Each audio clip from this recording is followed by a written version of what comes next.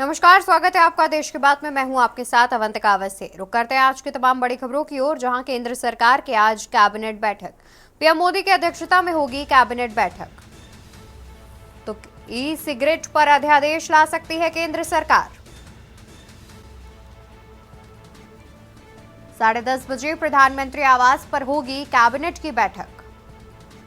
तो केंद्र सरकार की आज कैबिनेट बैठक, बड़ी खबर, जहां केंद्र सरकार की आज कैबिनेट बैठक होगी। पीएम मोदी की अध्यक्षता में होगी कैबिनेट की बैठक। ई सिगरेट पर अध्यादेश ला सकती है केंद्र सरकार। सुबह 10:30 बजे प्रधानमंत्री आवास पर होगी कैबिनेट की बैठक।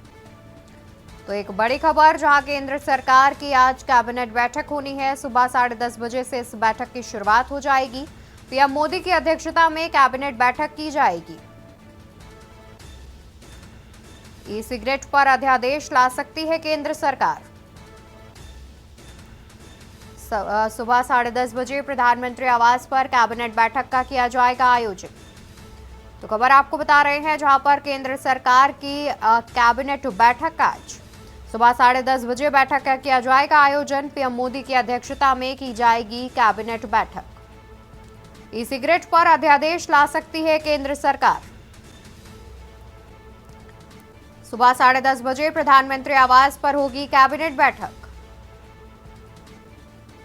तो केंद्र सरकार की कैबिनेट बैठक आज, बड़ी खबर, केंद्र सरकार की सुबह 10:30 बजे कैबिनेट बैठक होनी है। पीएम मोदी की अध्यक्षता में कैबिनेट बैठक का आयोजन किया जा रहा है और इस कैबिनेट बैठक में ई सिगरेट पर अध्यादेश लाया जा सकता है।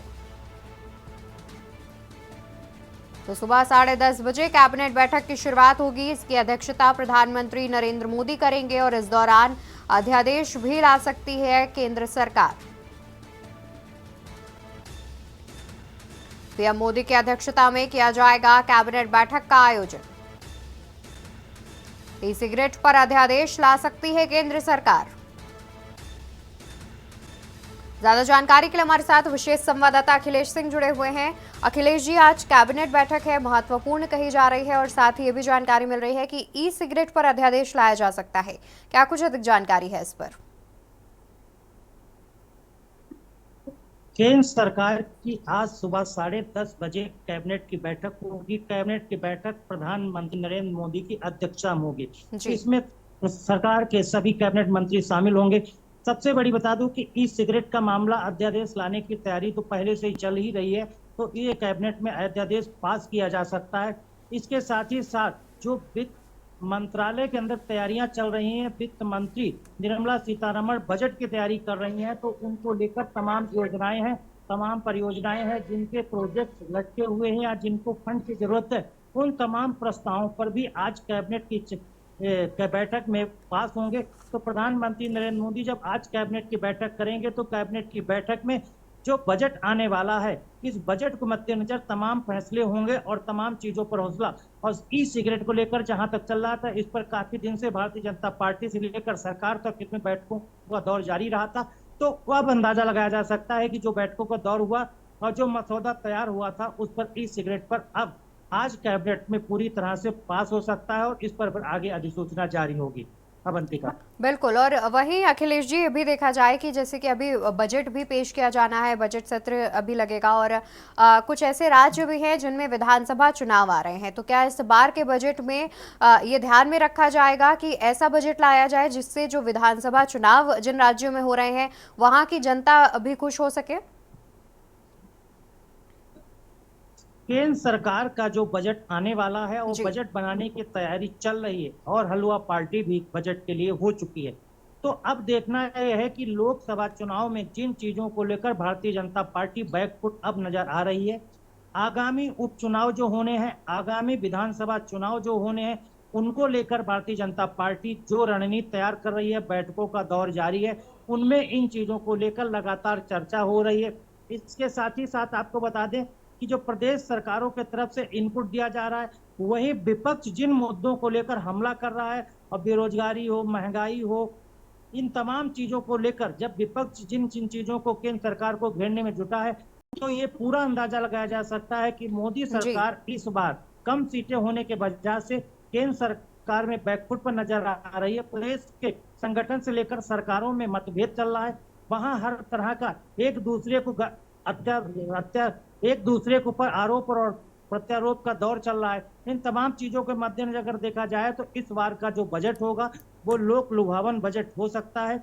जनता को भी कुछ खास ऐलान उसमें दिखाई दे सकते हैं, आम आदमी के लिए भी कुछ मिल सकता है, और आगामी चुनाव और उपचुनाव जो होने जा रहे हैं उनको लेकर भी कोई न कोई ऐलान इस बजट में दिखाई दे सकते हैं। अवंतिका। बिल्कुल, यानी कि देखा जाए तो इस बार का बजट भी खास होने वाला है, जिससे लोग भी आकर्षित हो सकें और साथ ही उनके हित में भी जा सके। बहुत शुक्रिया अखिलेश जी, जुड़े रहिए, हम आगे भी आपसे अपडेट लेते रहेंगे।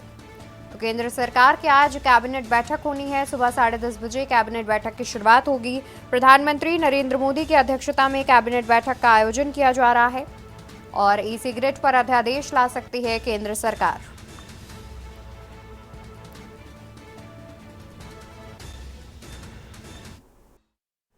ब्रेक से वापस आ चुके हैं, रुक करेंगे खबरों की ओर। खबर आपको बता दें, जहां पर आज पीएम मोदी जाएंगे बीजेपी के राष्ट्रीय मुख्यालय। शाम 6 बजे पहुंचेंगे भाजपा के राष्ट्रीय मुख्यालय। तो शाम 6 बजे पहुंचेंगे भाजपा के राष्ट्रीय मुख्यालय। पार्टी कार्यकर्ताओं को बुलाया गया है भाजपा मुख्यालय। पीएम मोदी पार्टी कार्यकर्ताओं से करेंगे मुलाकात। आज पीएम मोदी जाएंगे बीजेपी के राष्ट्रीय मुख्यालय। शाम 6 बजे पहुंचेंगे भाजपा के राष्ट्रीय मुख्यालय। पार्टी कार्यकर्ताओं को बुलाया गया है भाजपा कार्यालय। पीएम मोदी पार्टी कार्यकर्ताओं से करेंगे मुलाकात। तो आज पीएम मोदी जाएंगे बीजेपी के राष्ट्रीय मुख्यालय। शाम 6 बजे पहुंचेंगे भाजपा के राष्ट्रीय मुख्यालय। पार्टी कार्यकर्ताओं को बुलाया गया भाजपा मुख्यालय। पीएम मोदी पार्टी कार्यकर्ताओं से करेंगे मुलाकात। तो आज पीएम मोदी जाएंगे बीजेपी के राष्ट्रीय मुख्यालय। शाम 6 बजे पहुंचेंगे भाजपा के राष्ट्रीय मुख्यालय। पार्टी कार्यकर्ताओं को बुलाया गया है भाजपा मुख्यालय। पीएम मोदी पार्टी कार्यकर्ताओं से करेंगे मुलाकात। तो पीएम मोदी जाएंगे बीजेपी के राष्ट्रीय मुख्यालय। ज्यादा जानकारी के लिए हमारे साथ विशेष संवाददाता अखिलेश सिंह जुड़े हुए हैं। अखिलेश जी, बीजेपी के राष्ट्रीय मुख्यालय आज प्रधानमंत्री पहुंचेंगे और इस दौरान पार्टी कार्यकर्ताओं से वो मुलाकात करेंगे। तो इस मुलाकात में क्या खास होने वाला है, इसकी क्या जानकारी?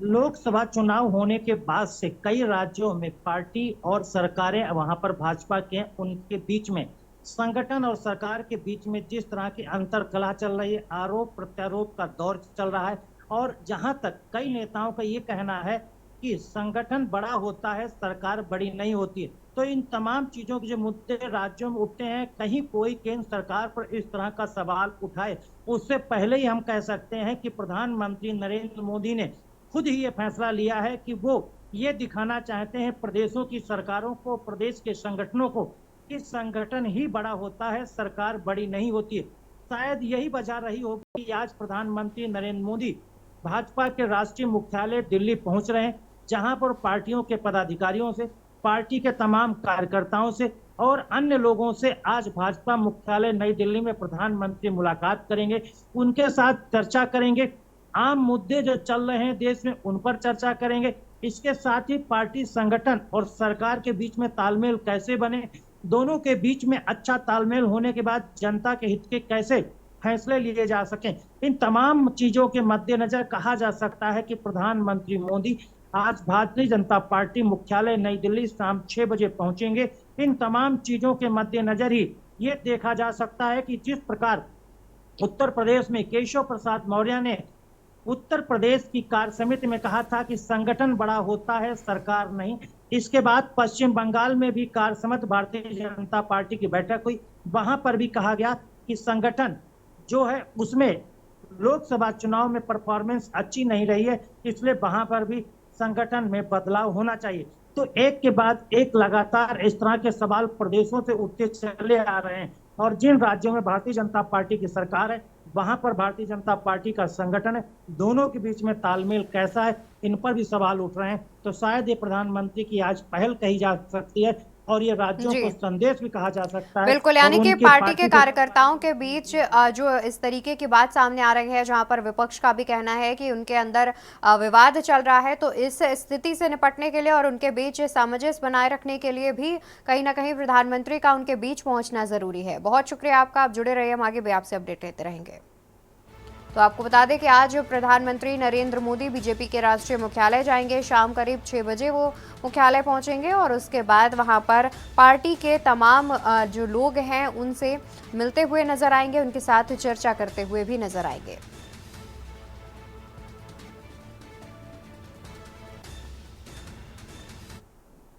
तो वहीं आपको बता दें कि जम्मू कश्मीर में जवानों और आतंकियों के बीच हुई है मुठभेड़। आतंकवादियों के साथ हुई मुठभेड़ में 2 जवान हुए हैं घायल। 1 महीने में आतंकियों के साथ मुठभेड़ की छठी घटना। 1 महीने में आतंकियों के साथ मुठभेड़ की छठी घटना। डोडा कठुआ में 24 आतंकियों के सुराग। सर्चिंग में 7,000 जवान, 8 ड्रोन और हेलीकॉप्टर्स लगाए गए। तो जम्मू कश्मीर में जवानों और आतंकियों के बीच मुठभेड़। आतंकवादियों के साथ हुए मुठभेड़ में 2 जवान हुए घायल। 1 महीने में आतंकवादियों के साथ मुठभेड़ की छठी घटना सामने आ रही है। तो डोडा कठुआ में 24 आतंकियों के सुराग। आतंकवादियों के साथ हुए मुठभेड़ में 2 जवान हुए घायल। 1 महीने में आतंकियों के साथ मुठभेड़ की छठी घटना। डोडा कठुआ में 24 आतंकियों के सुराग। सर्चिंग में 7,000 जवान, 8 ड्रोन हेलीकॉप्टर्स लगाए गए। तो जम्मू कश्मीर में जवानों और आतंकियों के बीच मुठभेड़ की बात सामने आ रही है। आपको बता दें कि आतंकवादियों के साथ हुए मुठभेड़ में 2 जवान घायल भी हो गए हैं। तो इस वक्त की बड़ी खबर सामने आ रही है। 1 महीने में आतंकियों के साथ मुठभेड़ की ये छठी घटना बताई जा रही है। इसके अलावा आपको बता दें कि डोडा कठुआ में 24 आतंकियों का सुराग लगा है। आतंकवादियों के साथ हुए मुठभेड़ में 2 जवान हुए घायल। ज्यादा जानकारी के लिए हमारे साथ विशेष संवाददाता अखिलेश सिंह लगातार बने हुए हैं। अखिलेश जी, देखा जाए तो 24 आतंकियों के छिपे होने की बात सामने आ रही है। फिलहाल मुठभेड़ चल रही है आतंकियों और सेना के जवानों के बीच, क्या कुछ अधिक जानकारी है इस पर? जम्मू कश्मीर के डोडा डिवीजन क्षेत्र में रात सुरक्षा कर्मियों को पुलिस को इनपुट मिला था कि कुछ आतंकी वहां पर छिपे हुए हैं। इसके बाद जो डोडा का एक डिवीजन क्षेत्र है कास्तीगढ़ इलाके को जंगलों की सूचना आने के बाद सेना ने फिर सर्च ऑपरेशन अभियान शुरू किया था देर रात। उस दौरान जब मुठभेड़ हुई तो दोनों तरफ से गोलाबारी हुई। इसमें 2 जवान घायल हुए हैं जिनको वहां अस्पताल में भर्ती कराया गया है, उनका इलाज चल रहा है। इसके साथ ही साथ बता दें जो सेना और जो वहां की पुलिस है उसको इनपुट मिला था, उसमें कहा था कि इन जंगलों में करीब 2 दर्जन से अधिक आतंकी छिपे हुए हैं और वो उनको देखा गया है। इस इनपुट के मिलने के बाद ही ये सर्च ऑपरेशन शुरू किया गया था। आपको बता दें कि करीब 1 महीना बीता। 1 महीने में जम्मू कश्मीर के डोडा डिवीजन में छठी मुठभेड़ है। और आपको बता दें कि परसों की ही घटना है कि जिस सर्च ऑपरेशन और वहां पर मुठभेड़ में 5 हमारे सैनिक शहीद हुए थे, इनमें एक ऑफिसर भी शामिल थे। तो इस तरह से देखा जाए तो जम्मू कश्मीर का जो डोडा जिला है और ये डिवीजन है, इसमें लगातार जो आतंकी घटनाएं सामने आ रही हैं और इनमें लगातार आतंकियों के सुराग भी मिल रहे हैं और सर्च ऑपरेशन भी लगातार जारी चल रहा है। यहाँ तक कि हेलीकॉप्टर से भी सर्च ऑपरेशन चल रहा है। तो इससे अंदाजा लगाया जा सकता है कि इन आतंकियों की घुसपैठ कब हुई, कहां से घुसपैठ हुई और कब कैसे घुसपैठ हुई कि ये यहाँ पर चूक हुई जिसके वजह से हुआ है। फिलहाल केंद्र सरकार में लगातार बैठकों का दौर जारी है, चाहे वो रक्षा मंत्रालय में रक्षा मंत्री राजनाथ सिंह बैठक कर रहे हो या रक्षा मंत्री की प्रधानमंत्री नरेंद्र मोदी के साथ बैठक हो या फिर रक्षा मंत्रालय के टॉप अधिकारी जनरल समेत और प्रधानमंत्री रक्षा मंत्री की बैठक का दौर हो। इन सभी बैठकों में लगातार ये कहा जा रहा है और चर्चा की जा रही है कि आखिरकार ये जो आतंकी इसमें लगातार अ, जी घटनाओं को अंजाम दे रहे जी हैं, ये कैसे और कहां से कब इनकी एंट्री हुई, घुसपैठ इन्होंने कैसे कब कहां से हुई, और आखिर कहां पर इनका पॉकेट है जहां से एंट्री कर रहे हैं। तो इन तमाम तरह की सरकार पाकिस्तान को जिस की वजह से ये इनकी घुसपैठ होती, उन चीजों को भी जवाब देने की तैयारी कर रहा है। इसके बिल्कुल, यानी साथ कि ही देखा साथ जाए तो सीमा तमाम मुखियाओं पहलुओं ने भी पर लगातार बैठकें जो की हैं। है सर्च ऑपरेशन चलाया जा रहा है और कहां से आतंकी घुसपैठ कर रहे हैं, उसके बाद कौन से ऐसे स्थानीय लोग भी हैं या फिर कौन सा ऐसा नेटवर्क है जो उनकी मदद कर रहा है, उसका भी सुराग लगाया जा रहा है। बहुत शुक्रिया अखिलेश जी अधिक जानकारी दर्शकों तक पहुंचाने के लिए। तो जम्मू कश्मीर में जवानों और आतंकियों के बीच मुठभेड़ जारी है और आतंकवादियों के साथ मुठभेड़ में 2 जवानों के घायल होने की सूचना भी सामने आ रही है। तो वहीं 1 महीने में आतंकियों के साथ मुठभेड़ की यह छठी घटना है। आपको बता दें कि लगातार जम्मू कश्मीर में जो आतंकी हमले हैं, फिलहाल जम्मू में काफी ज्यादा बढ़ गए हैं। लगातार आतंकी हमले हो रहे हैं और इसकी जिम्मेदारी भी आतंकी संगठनों की ओर से ली जा रही है।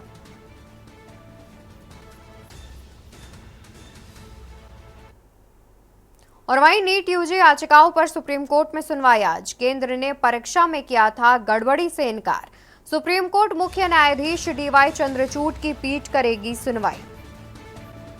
केंद्र ने परीक्षा में किया था गड़बड़ी से इनकार। मुख्य न्यायाधीश डीवाई चंद्रचूड़ की पीठ करेगी सुनवाई। न्यायमूर्ति जेबी पारदीवाला और न्यायमूर्ति मनोज मिश्रा की पीठ करेगी सुनवाई। केंद्र ने परीक्षा में किया था गड़बड़ी से इनकार। मुख्य न्यायाधीश डीवाई चंद्रचूड़ की पीठ करेगी सुनवाई। न्यायमूर्ति जेबी पारदीवाला और न्यायमूर्ति मनोज मिश्रा भी करेंगे सुनवाई। 40 से अधिक याचिकाओं पर सुप्रीम कोर्ट करेगी सुनवाई। तो एक अहम खबर आपको बता रहे हैं, नीट यूजी याचिकाओं पर सुप्रीम कोर्ट में आज सुनवाई होगी। केंद्र ने परीक्षा में किया था गड़बड़ी से इनकार। मुख्य न्यायाधीश डीवाई चंद्रचूड़ की पीठ करेगी सुनवाई। न्यायमूर्ति जेबी पारदीवाला और न्यायमूर्ति मनोज मिश्रा की पीठ करेगी सुनवाई। केंद्र ने परीक्षा में किया था गड़बड़ी से इनकार। मुख्य न्यायाधीश डीवाई चंद्रचूड़ की पीठ करेगी सुनवाई। तो नीट यूजी परीक्षा मामले से जुड़ी अहम खबर हम आपको बता रहे हैं। आज की अहम खबर आपको बता दें, सुप्रीम कोर्ट में होनी है सुनवाई। 40 से अधिक याचिकाओं पर सुप्रीम कोर्ट करेगी सुनवाई। नीट यूजी याचिकाओं पर सुप्रीम कोर्ट में सुनवाई आज। ज्यादा जानकारी के लिए विशेष संवाददाता अखिलेश सिंह का रुख करेंगे। अखिलेश जी, देखा जाए तो नीट यूजी परीक्षा में आज फिर से सुनवाई होनी है। सुप्रीम कोर्ट में आज सुनवाई की जाएगी, इस पर क्या कुछ अधिक जानकारी दर्शकों तक पहुंचाना चाहेंगे? सुप्रीम कोर्ट में यूजी नीट परीक्षा 2024 के विवादों को लेकर आज सुनवाई हुई। आज की सुनवाई में काफी लोगों को बड़ी उम्मीदें हैं।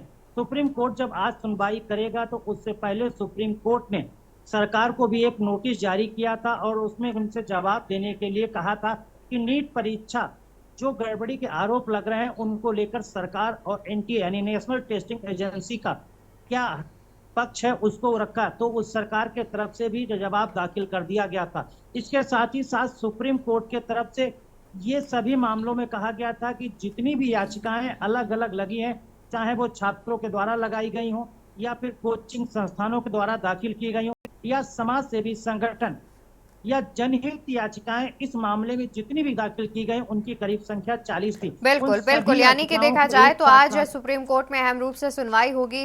बहुत शुक्रिया अखिलेश जी अधिक जानकारी हम तक पहुंचाने के लिए। तो नीट यूजी याचिकाओं पर सुप्रीम कोर्ट में आज सुनवाई होगी, बड़ी खबर हम आपको बता रहे हैं। और इसी बीच रायबरेली से बड़ी खबर सामने आ रही है। खबर रायबरेली से आपको बता देते हैं, जहां पर डिप्टी सीएम ब्रजेश पाठक का सीएचसी बछरावा में छापा। शिकायतों के बाद ब्रजेश पाठक ने सीएचसी में मारा छापा। डॉक्टरों और स्टाफ की हाजिरी रजिस्टर देख रहे डिप्टी सीएम। दवाओं का स्टॉक चेक कर रहे डिप्टी सीएम ब्रजेश पाठक। बिना किसी को बताए सीएचसी बछरावा पहुंच गए Brajesh Pathak. DM SP CMO किसी को नहीं पता, सुबह पहुंचे ब्रजेश पाठक। डॉक्टरों के सामने खड़ा करके हाजिरी ले रहे deputy CM Brajesh Pathak. 11 doctor staff गैर हाजिर मिले, पाठक ने लगाई फटकार। तो खबर रायबरेली से, जहां पर डिप्टी सीएम ब्रजेश पाठक का सीएचसी बछरावा में छापा। शिकायतों के बाद ब्रजेश पाठक ने सीएचसी में मारा छापा। डॉक्टरों और स्टाफ की हाजिरी रजिस्टर देख रहे डिप्टी सीएम ब्रजेश पाठक। दवाओं का स्टॉक चेक कर रहे डिप्टी सीएम ब्रजेश पाठक। बिना किसी को बताए सीएचसी बछरावा पहुंच गए Brajesh Pathak. DM SP CMO किसी को नहीं पता, सुबह पहुंचे पाठक। डॉक्टरों को सामने खड़ा करके हाजिरी ले रहे deputy CM Brajesh Pathak. 11 doctor staff गैर हाजिर मिले, डिप्टी सीएम ब्रजेश पाठक ने लगाई फटकार। तो डिप्टी सीएम ब्रजेश पाठक का सीएचसी बछरावा में छापा। खबर रायबरेली से हम आपको बता रहे हैं। शिकायतों के बाद ब्रजेश पाठक ने सीएचसी में मारा छापा। डॉक्टरों और स्टाफ की हाजिरी रजिस्टर देख रहे डिप्टी सीएम ब्रजेश पाठक। दवाओं का स्टॉक चेक कर रहे डिप्टी सीएम। बिना किसी को बताए सीएचसी बछरावा पहुंच गए Brajesh Pathak. DM SP CMO किसी को नहीं पता, सुबह अचानक पहुंचे डिप्टी सीएम ब्रजेश पाठक। डॉक्टरों को सामने खड़ा करके हाजिरी ले रहे डिप्टी सीएम।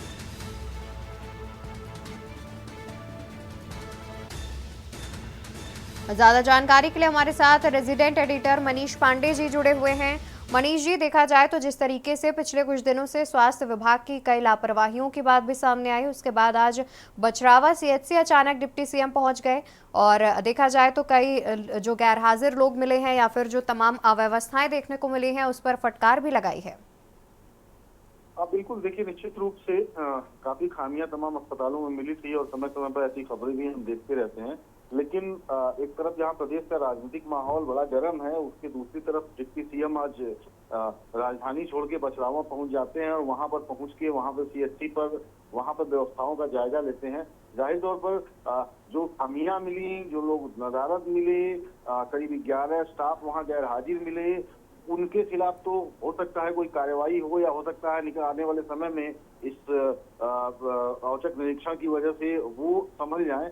लेकिन जाहिर तौर पर एक बड़ा मैसेज देने की कोशिश हुई है डिप्टी सीएम की तरफ से कि जो भी स्वास्थ्य कर्मी हैं, जो अस्पतालों पे डॉक्टर हैं, वो समय से अस्पतालों पे पहुंचे। अन्यथा हो सकता है कि, चूंकि आपने देखा होगा, वो दौर भी देखा होगा कि जब डिप्टी सीएम को स्वास्थ्य विभाग मिला था तो अक्सर वो किसी न किसी अस्पताल पर पहुंच जाते थे बिना किसी को बताए। और रायबरेली में भी हुआ, बछरावा सीएचसी पे जब वो पहुंचे तो जिले के न तो डीएम को पता था, न सीएमओ को पता था, न एसपी को पता था, न उस स्वास्थ्य विभाग, न सीएचसी पे तैनात किसी डॉक्टर को पता था कि आज डिप्टी सीएम वहां पहुंचने वाले हैं। बिना किसी से बताए वो सुबह सुबह पहुंच जाते हैं और वहां पर जो तमाम खामियां मिलती हैं, जो अव्यवस्थाएं मिलती हैं, उनको देख के वो अपनी नाराजगी जाहिर करते हैं और उसके अलावा तमाम कड़े निर्देश भी देते हैं। जाहिर तौर पर अगर इस तरह से एक बार फिर उनका काम करने का तरीका जो है, एक बार फिर से अगर इस तरीके से वो काम करते हैं, जाहिर तौर पर इसका फायदा उत्तर प्रदेश में तमाम सरकारी चिकित्सालयों पे आने वाले मरीजों को जरूर मिलेगा। बिल्कुल। और लेकिन वहीं देखा जाए तो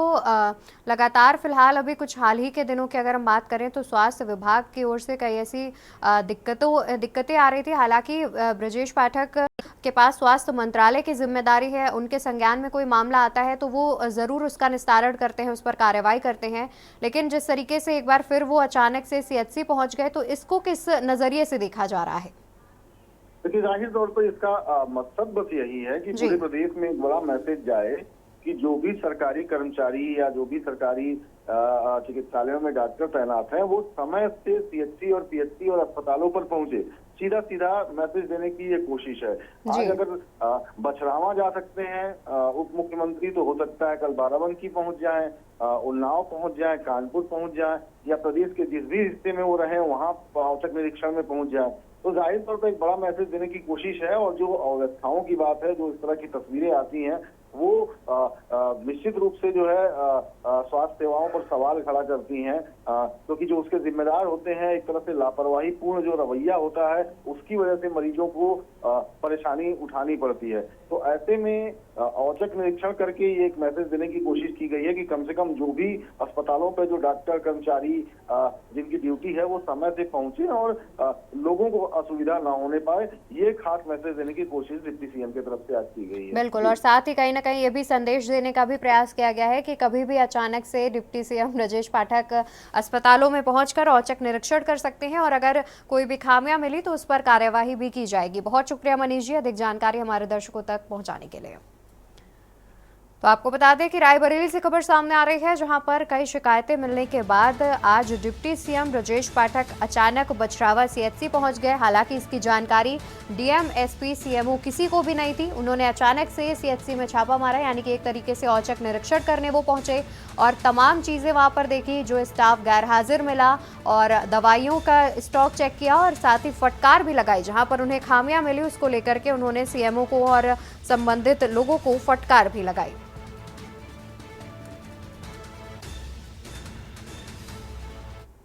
खबरों का सारथी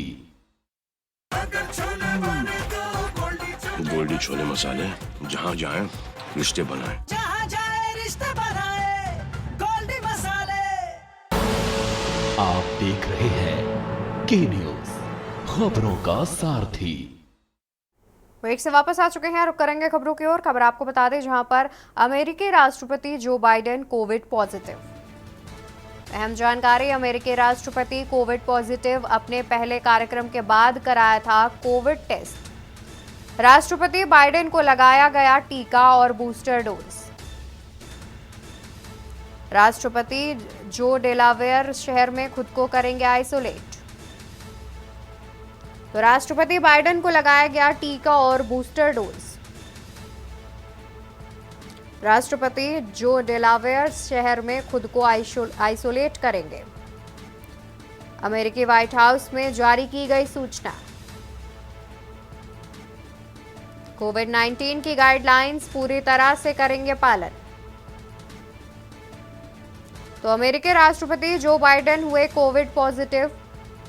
अहम जानकारी, अमेरिकी राष्ट्रपति हुए कोविड पॉजिटिव, अपने पहले कार्यक्रम के बाद कराया था कोविड टेस्ट जिसमें वो कोविड पॉजिटिव पाए गए हैं, जिसके बाद राष्ट्रपति जो बाइडेन को टीका और बूस्टर डोज भी लगाया गया।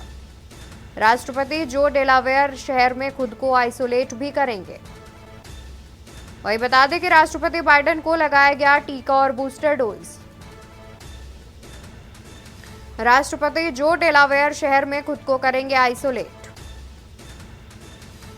अमेरिकी व्हाइट हाउस में जारी की गई सूचना। कोविड-19 की गाइडलाइंस का पूरी तरह से करेंगे पालन। तो अमेरिकी राष्ट्रपति जो बाइडेन हुए कोविड पॉजिटिव।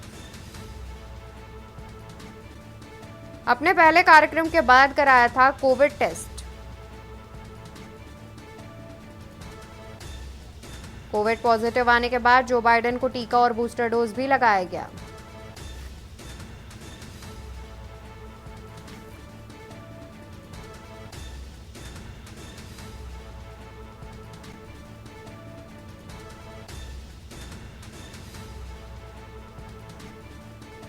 ज्यादा जानकारी के लिए हमारे साथ विशेष संवाददाता अखिलेश सिंह भी जुड़े हुए हैं। अखिलेश जी, अमेरिकी राष्ट्रपति जो बाइडेन कोविड पॉजिटिव पाए गए हैं, क्या कुछ अधिक जानकारी है इस पर? अमेरिका के इसमें राष्ट्रपति चुनाव की लगातार रैलियां चल रही हैं।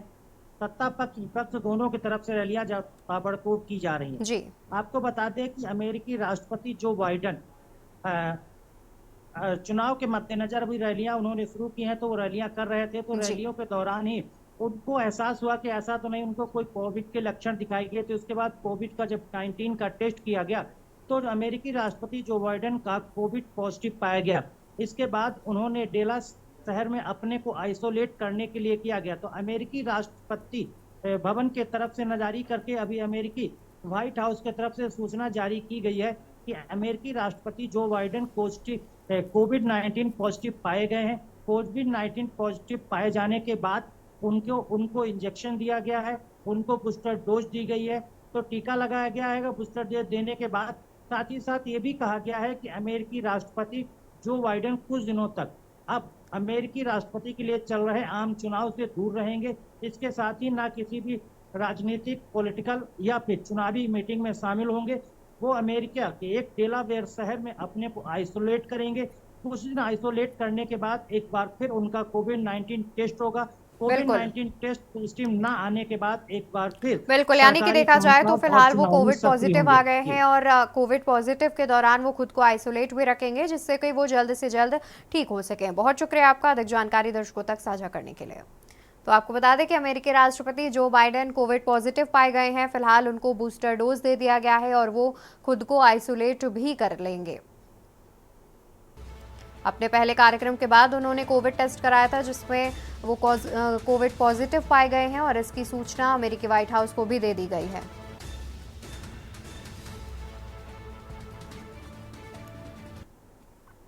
और इसी बीच खबर अलीगढ़ से सामने आ रही है। अलीगढ़ से खबर हम आपको बताते हैं। खबर अलीगढ़ से, जहां पर दबिश के दौरान सिपाही की हुई मौत। दबिश के दौरान सिपाही की हुई मौत।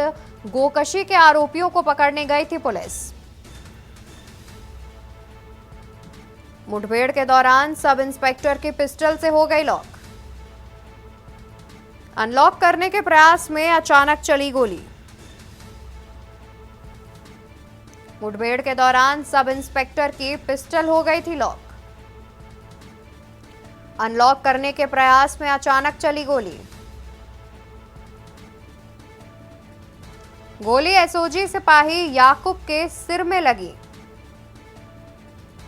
गोली लगने से एसओजी सिपाही की मौके पर हुई मौत। तो खबर अलीगढ़ से बता रहे हैं, दबिश के दौरान सिपाही की हुई मौत।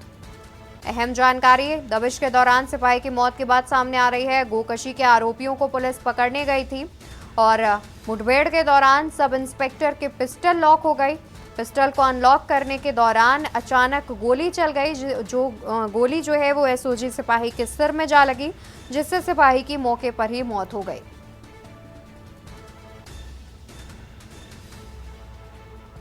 अनलॉक करने के प्रयास में अचानक चली गोली। गोली एसओजी सिपाही याकूब के सिर में लगी।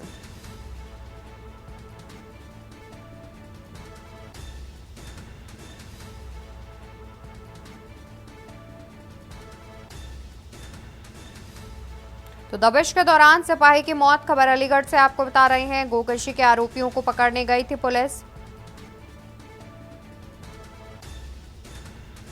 मुठभेड़ के दौरान सब इंस्पेक्टर की पिस्टल हो गई थी लॉक। पिस्टल को अनलॉक के दौरान ही अचानक चली गोली, जो कि सिपाही के सिर में जा लगी और मौके पर ही सिपाही की मौत हो गई।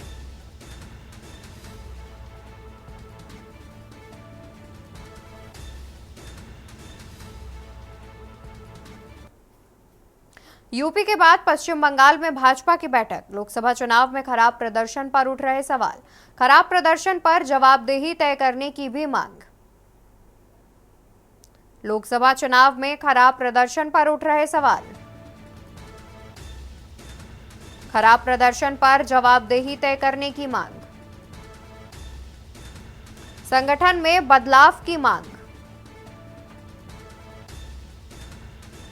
लोकसभा चुनाव में खराब प्रदर्शन पर उठ रहे सवाल। खराब प्रदर्शन पर जवाबदेही तय करने की मांग।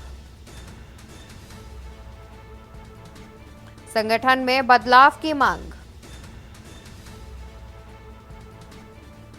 भाजपा की 2 दिवसीय मंथन बैठक। तो यूपी के बाद पश्चिम बंगाल में भाजपा की बैठक। लोकसभा चुनाव में खराब प्रदर्शन पर उठे सवाल। खराब प्रदर्शन पर जवाबदेही तय करने की मांग। संगठन में बदलाव की मांग भी की जा रही है। लोकसभा चुनाव में खराब प्रदर्शन पर उठे सवाल। खराब प्रदर्शन पर जवाबदेही तय करने की मांग। संगठन में बदलाव की मांग। भाजपा की 2 दिवसीय मंथन बैठक।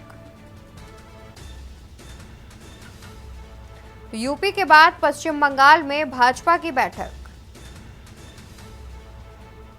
लोकसभा चुनाव में खराब प्रदर्शन पर उठे सवाल। खराब प्रदर्शन पर जवाबदेही तय करने की की जा रही है मांग।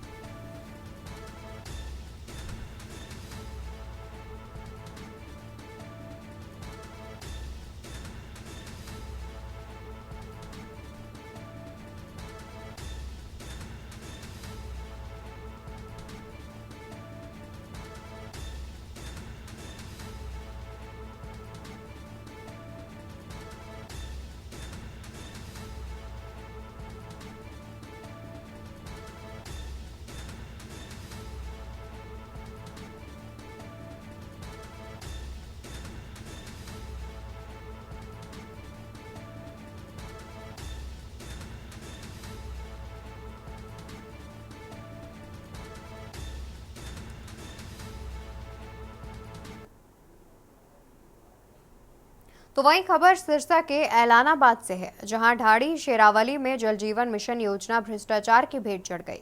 ग्रामीणों के अनुसार गांव में जल जीवन मिशन योजना के तहत 4 करोड़ 36 लाख से अधिक के निर्माण कार्य करवाए गए थे।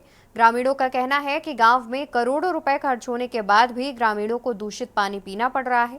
वाटर वर्क्स में बने एक भी फिल्टर प्लांट सही ढंग से काम नहीं करने के कारण ग्रामीणों को सीधे ही दूषित पानी की सप्लाई दी जा रही है। गांव में पानी की डिग्गियों में पानी होने के बावजूद भी ग्रामीणों को ट्यूबवेल का खारा पानी सप्लाई किया जा रहा है। इस कारण ग्रामीण जलजनित बीमारियों के शिकार भी हो रहे हैं।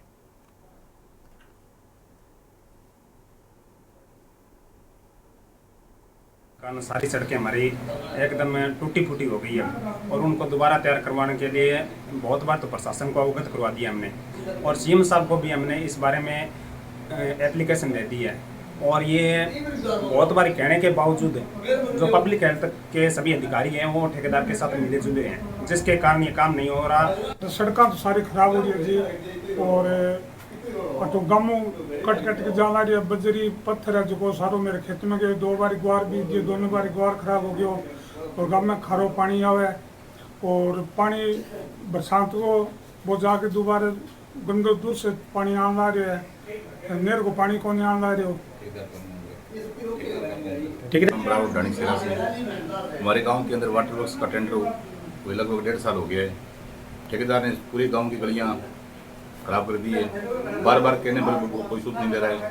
प्रशासन को बहुत बार अवगत करा दिया गया है परंतु कोई भी सूद नहीं ले रहा है। हमने इस बाबत एसडीएम महोदय, डीसी साहब, एससी साहब, सीएम साहब और मंत्री जी से मिले हैं पर काम कुछ नहीं हुआ। गलियां वैसे की वैसे पड़ी है। कल को जान मान का नुकसान भी हो सकता है। सड़क के दोनों किनारे गड्ढे पड़े हुए हैं बहुत से।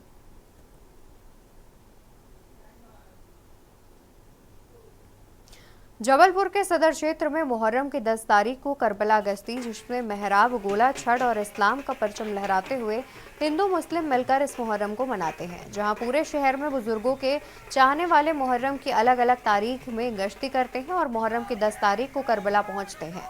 वहीं मुहर्रम को कोई मातम कहता है और कोई नया साल कहता है।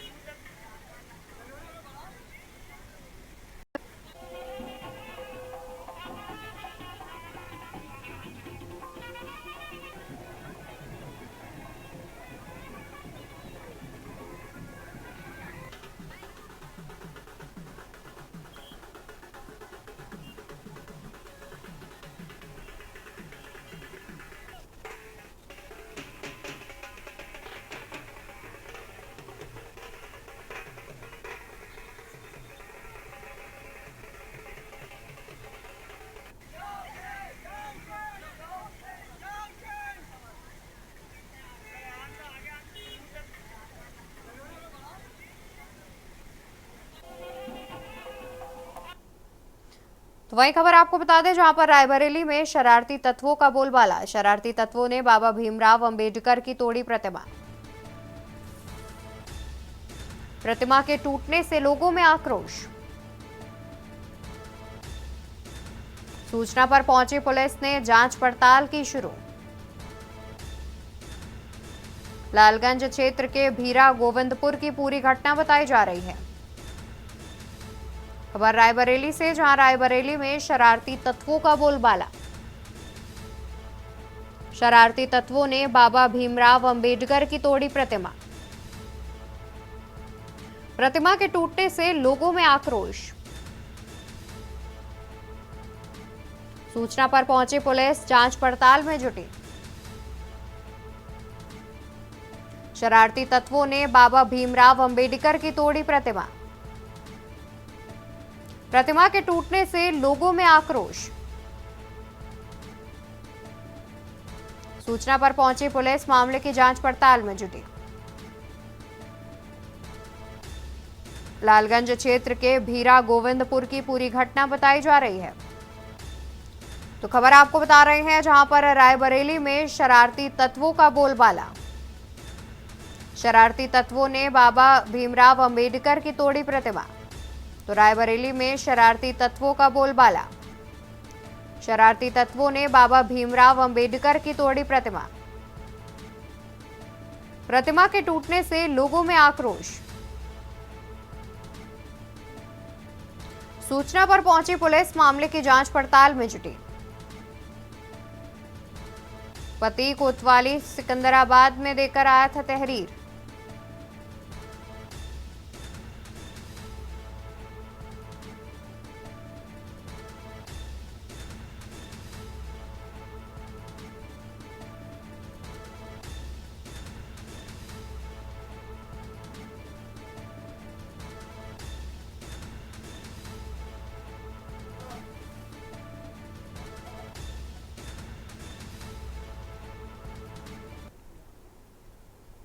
खबर बुलंदशहर से, जहां पर पत्नी से झगड़े के बाद पति ने खाया जहर। पत्नी से मामूली झगड़े में पति ने दी जान।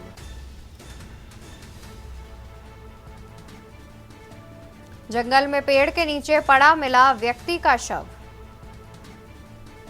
पुलिस ने मृतक का शव पोस्टमार्टम के लिए भेजा। सिकंदराबाद क्षेत्र के गांव सिरोधन का पूरा मामला। तो खबर बुलंदशहर से, जहां पर पत्नी से झगड़े के बाद पति ने खाया जहर।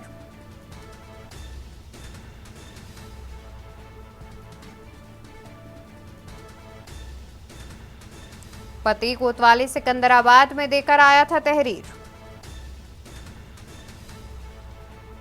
जंगल में पेड़ के नीचे पड़ा मिला व्यक्ति का शव। पति कोतवाली सिकंदराबाद में देकर आया था तहरीर।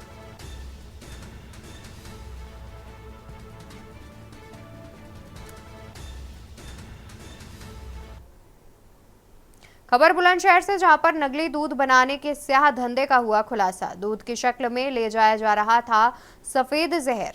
वे पाउडर खुला रिफाइंड से तैयार किया जा रहा था दूध। बुलंदशहर से दिल्ली एनसीआर में पहुंचाया जाता था। मुखबिर की सूचना पर खाद्य सुरक्षा विभाग ने मारा छापा। खाद्य सुरक्षा विभाग ने सिकंदराबाद में पकड़ा दूध का टैंकर। चालक की निशानदेही पर पहुंची खाद्य सुरक्षा विभाग की टीम ने पकड़ा नकली दूध तैयार करने वाली डेयरी। टीम ने डेयरी से प्रयोगशाला भेजे 4 नमूने। डेयरी में नष्ट कराया गया 1400 लीटर नकली दूध। और ये तस्वीरें देख रहे हैं, जहां पर इस नकली दूध को नष्ट कराया जा रहा है। एक गड्ढे में इस दूध को नष्ट कराने की बात सामने आ रही है। वे पाउडर और खुले रिफाइंड से मिलकर ये नकली दूध बनाया जा रहा था, जिसकी सप्लाई दिल्ली एनसीआर में की जा रही थी।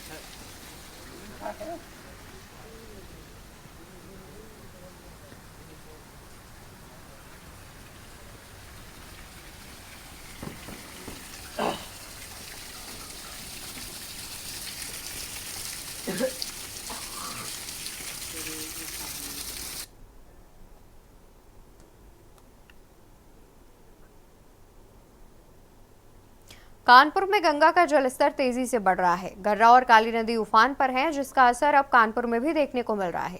हालांकि पिछले दिन नरौरा और हरिद्वार से भी पानी छोड़ा गया था, जिसके कारण कानपुर में गंगा का जलस्तर बढ़ा। बता दें कि कानपुर को अति संवेदनशील बाढ़ प्रभावित जिलों में शामिल किया गया है। कानपुर के सरसैया घाट स्थित एक गुरुद्वारे में भी बाढ़ का पानी पहुंच चुका है, जिसकी वजह से गुरुद्वारे का निचला हिस्सा बंद कर दिया गया। इसके साथ ही सरसैया घाट पर जो घर बने हैं वहां भी बाढ़ के पानी घुसने का खतरा मंडराने लगा है। अगर स्थिति यही रही तो आगे 24 घंटे में सरसैया घाट पर जो घर हैं उनके अंदर पानी पहुंच जाएगा। बता दें कि बाढ़ को लेकर कानपुर के जिम्मेदार अधिकारी लगातार दावा कर रहे हैं कि हर एक चीज की मॉनिटरिंग की जा रही है। अगर बाढ़ से हालात गंभीर होते हैं तो तुरंत लोगों को रेस्क्यू किया जाएगा।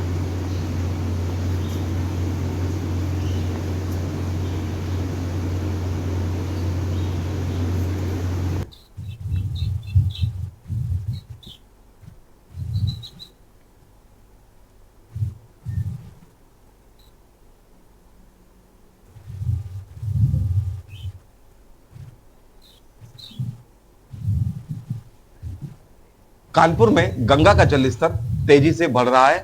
अभी हमने आपको थोड़ी देर पहले तस्वीरों में दिखाया था कि किस तरीके से सरसैया घाट स्थित गुरुद्वारे के अंदर बाढ़ का पानी पहुंच चुका है।